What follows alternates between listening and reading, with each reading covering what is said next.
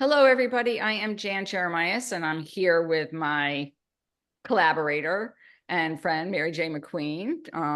Us, the leaders, quote unquote, of Spirit Born Imaginings. And we have been doing these spotlights on Wednesday of different people that are members of our community and trying to highlight what they do and bring it more home so that people kind of appreciate why people have been called to do what they're passionate about. And so today we're really excited to welcome Claire Chu with us today to share a little bit about what she does. I think it's somewhat unique and really a gift to the world. So Claire, why don't you start, and then we can very, quickly, I'm sure, chime in with questions if we have them. Well, I just want to say first off, thank you for inviting me into your group and having me on today. My name is Claire, and I currently reside in Santa Monica in Los Angeles. And I would say the work that I do is with the animals. I've been a lifelong animal lover, and I would say without dating myself, for over many decades now, I've been doing the work of helping people move through grief or the impending loss of saying goodbye to an animal. And the backstory of why I do the work that I do is because, gosh, 20 plus years ago, I had my first soul dog, and she was diagnosed with cancer. And in the span of very few short months, I had to say goodbye, and I wasn't prepared. And I actually was like one of the deepest grief I've ever felt in my entire life. And it really propelled me actually to go and do a pivot in my career. Prior to that, I was in the world of advertising. And I remember not being able to get out of bed. I was that bereft. I'd gone through divorce and other major life changes and was able to still keep on trucking. And so for me, I realized that there's so many layers to being a pet caregiver, so many layers to that relationship. And for a lot of us, because for whatever reason, we end up having that special bond, human animal bond that everybody talks about.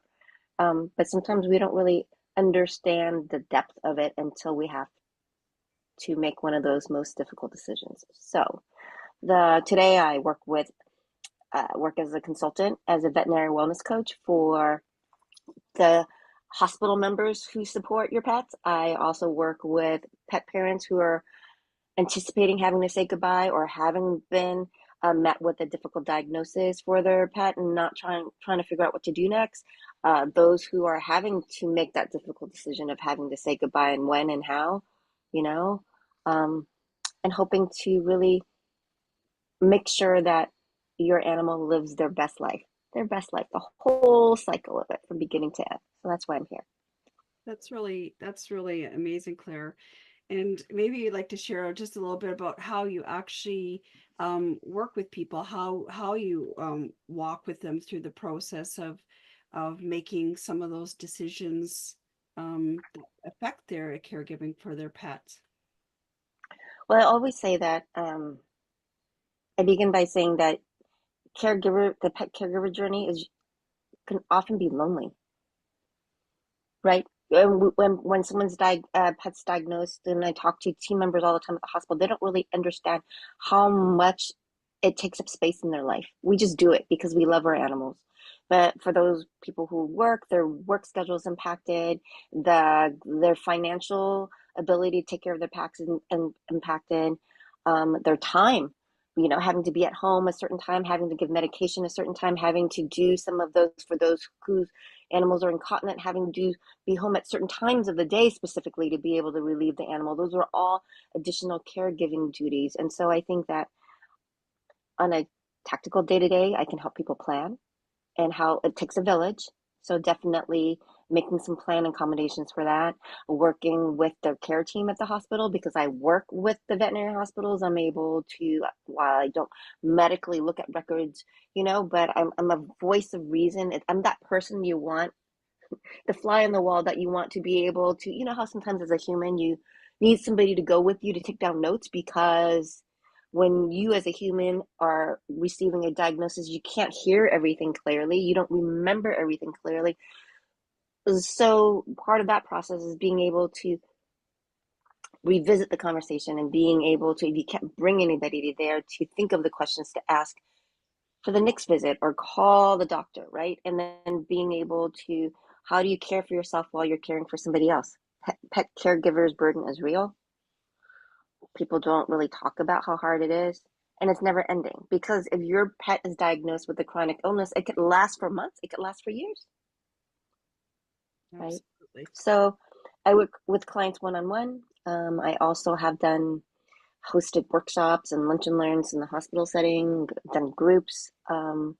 It's just all to bring more awareness to how much it takes to care for them. I mean, it's such a powerful, passion that you share, having been through much of what you've spoken to through the years, having a number of pets, from pets, and realizing how much time it required. And I remember the following, like, right after they passed, sometimes it's like not even like you realize how much time it takes until all of a sudden they're gone and you wake up and you realize, like, oh my gosh, I used to get up an hour earlier because I had to do this. And now all of a sudden you have that time to you have And that. that, yeah. And I remember feeling guilty that it felt kind of good to have that space, not to have what, even though I didn't, but it was hard. And just remember waking up thinking to myself, like, oh my gosh, like I no longer need to get up, like, at 7 or 6 versus get up at 8, whatever the timing was, because I don't have to do IV fluids, or whatever it was.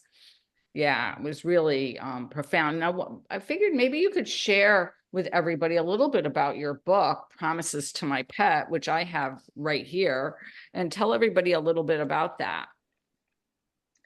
Well, I created it as a guide. And, just really briefly, I want to also add to not only somebody waking up in the morning and going, well, I don't have to give fluids to my cat anymore, let's just say.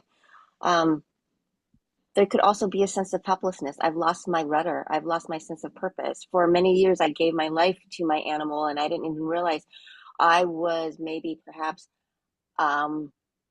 hiding from society because she needed me. And so over time, I told myself that I don't have to go out and date. I don't have to go out and be with my friends. My dog needs me. She needs me because if she doesn't have anybody else.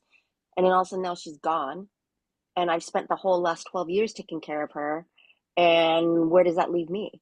And not that it's not a where does that leave me and poor me. It's more like I would do this all over in a heartbeat. However, I've never really looked at how was I not living my life to the fullest because I was telling myself a different story. And the whole time my pet was trying to tell me that, hey, I really want you to go live your life. And now this is my exit so you can go do that.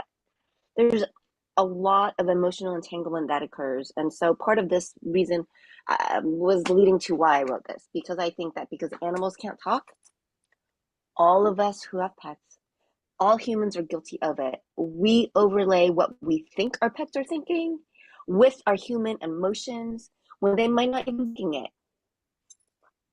it. So, especially during end of life, hard making decisions, or let's take subcu fluids. Does my cat, I'm helping my cat. She needs fluids because she's in renal kidney failure. I'm looking for signs every day to see if that's the day when I'm going to have to call the vet. Like there's so much worry and angst and anxiety and all of this and then on top of the caregiving, right? So, and then we don't want to ever think about it until we really have to, or do I have to, or it's too hard. So this is, in a nutshell, it's like the Human's 5 Wishes, the Advanced Human Healthcare Directive that you turn into your doctor in the event that you end up in a car accident. You can have these decisions not made for you, but you've already made them while you're well. Meaning, like, for example, mine has a really want a DNR. I don't want to be kept on life support if I get into an accident and I'm brain dead. I don't want to prolong, my own whatever, blah, blah, blah. And so easy to say when I'm here and not incapacitated. But when animals speak, we're a train wreck usually. When we're having to make those decisions at the vet, and I see it. Like, because I work in ER 24/7, I hear stories of dogs presented with X. Everybody comes into the ER hoping, wishing, yearning, do everything on your power to save my dog. can't happen, and all of a sudden the person has like 20 minutes while they're sitting in a room after the doctor says, well, there's nothing we can do. No, you get to decide. Or we can do this, it's going to cost $15,000. Or we can't do that and we're going to have to euthanize. Or would you like to have treatment? It's going to cost X. And then you're given literally 20 minutes. We'll come back in 20 minutes and see what you decide. Who can actually decide with the calm mind and a calm heart? Those really, really big, big questions. So this is divided into 5 sections. So it has, in a nutshell, you make an oath, right? This is not a legal binding document. If you were a human filling out one for yourself, it would have a witness, it would be notarized, you turn it into your hospital. So no matter where you're at, they look up your insurance and they go, Claire Chu has da da da da da da da da. Well, this you fill out and basically it says the same thing. Like if your dog ends up being sick or diagnosed, this is while they're well, you're deciding, I've saved this amount of money for treatment, so now I have that stashed. I've decided that he's a really active dog, so if this surgery could paralyze him, or he will never be able to walk or do anything again, I might think differently or get a second opinion. You think about all of these things that caters to the lifestyle, your financial means, your emotional capacity. If you lived at home by yourself and you got into an accident, by all means, this is going to have you say, hi, there's 3 people here, please call in case of emergency if I'm not home. Or everything, from finances to emotionally. If my cat was diagnosed with cancer, the last wishes would be, she wouldn't want to be under tubes and all of this. Looking at her now, well, she's young. Would she want that when she's 16? I don't know. Like maybe you can definitely change your mind, but this is a foundation for you when you're having those, before you have the panic attacks, to actually just recall in your memory bank, oh, I decided this, and I can have a change of heart, but at least I thought about all of this prior to something catastrophic happening. Yeah, I love it. And, I love also the fact that you have a place where you can put in pictures. So that visual reminder of Yes. what your pet was like.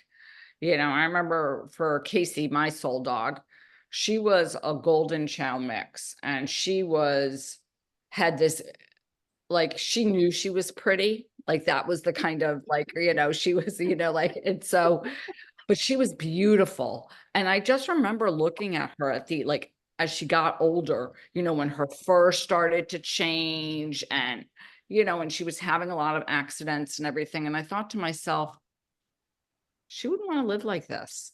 Like, this isn't like, she was very dignified, very kind of, and, I really did. I looked at her and I didn't have anything like that, but those were the thoughts that, I remember the feelings and the thoughts that went through my head as I looked at her, as like, she doesn't look anything like what she looked anymore. And when am I ready, or what would she want at that time? Would she really want to, like, now, be around for another year like that? And I had to think about that. But I think that having that visual cue of, like, the photographs in there to kind of reflect back on, to compare, because I think sometimes we forget what it was like, especially when they were a Yeah. pup, or when they were Mhm. young. And Mhm. also activity level, like, we forget, we don't realize how much they've slowed down, as they age, or like different things. And I think it really is a great and very, helpful, heartfelt reminder of, yeah, the journeys that our pet takes with us. Yeah, it's like oftentimes we're not ready. We are not ready, and it's okay not to be ready. However, I can honestly say no one is ready.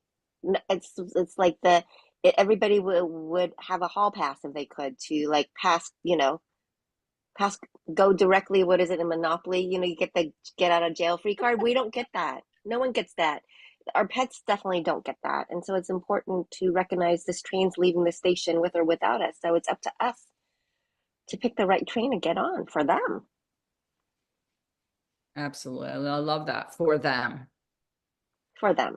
So I think that's where my passion lies. It's for them. It's on their behalf because they can't speak. And I've had hundreds, if not thousands, of conversations and sessions with people over the many years, and they're like, "I'm not ready. I can't bear. I would be killing them." And then it's like there's a lot of misinformation out there, and I think when you're bereaved, the loss is already happening prior to that. You're kind of like egging yourself on if you're a person who is death phobic, I guess. I don't know how else to put it, right? But Western society doesn't do aging well. Let me just put it that way, right? And so, especially in Western society, North America, we focus on the young, everybody, humans and animals alike. And so I think it's important to ensure they live their best life. And I know that I might get a lot of haters out there who says, of course we do. And but I think we all do it unconsciously 9 times out of 10 because our love for them is so deep. We can't bear the thought of not having them with us. And they hang on because they can't bear the thought of leaving us without knowing that we're going to be okay. Mm-hmm. I think there's like a Absolutely. thing going. They're hanging on for dear life, and because animals' threshold of pain is so high, we don't really know they're really suffering until we bring them to the doctors, and they're full of tumors, and this was blah blah blah, and that, and they're like, "Oh, I had no idea." Then the human goes into this journey of, "I feel so guilty. I should have known."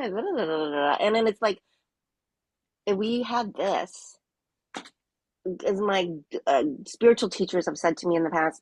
And by the way, I didn't go get a regular psychology master's degree. I had to go get a spiritual psychology master's degree. And my teachers always said, it's how you deal with the issue that's the issue.